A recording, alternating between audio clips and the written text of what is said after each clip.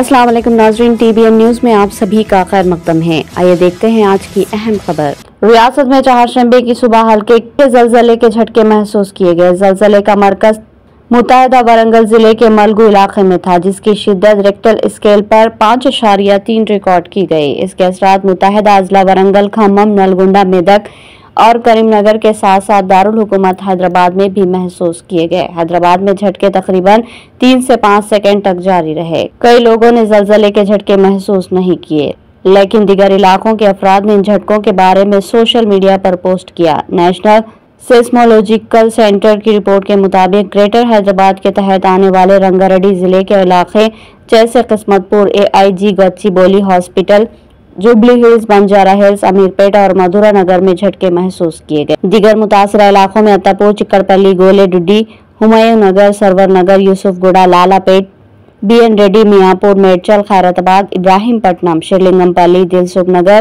वनस्थलीपुरम और शामीरपेट शामिल है। ज़लज़ले के बायस लोग खौफजदा होकर अपने घरों से बाहर निकल आए, लेकिन जल्द ही झटके रुक गए, जिससे लोगों ने सुकून की सांस ली। पुराने शहर से झटके की कोई इत्तला नहीं मिली।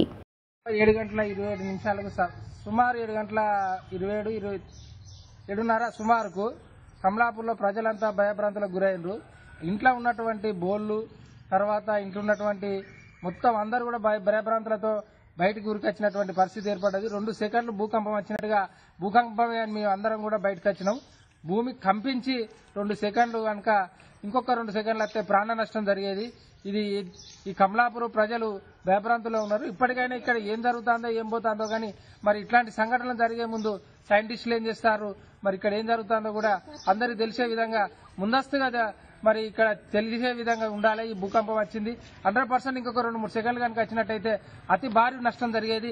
మరి ఈ భారీ నష్టానికి ఎవరు మూల్యం ధరలించునో ఏం కాదో తెలియకపోయినా కానీ ఇప్పటికైతే ఇంకా ప్రజలు భయభ్రాంతులనే ఉన్నారు.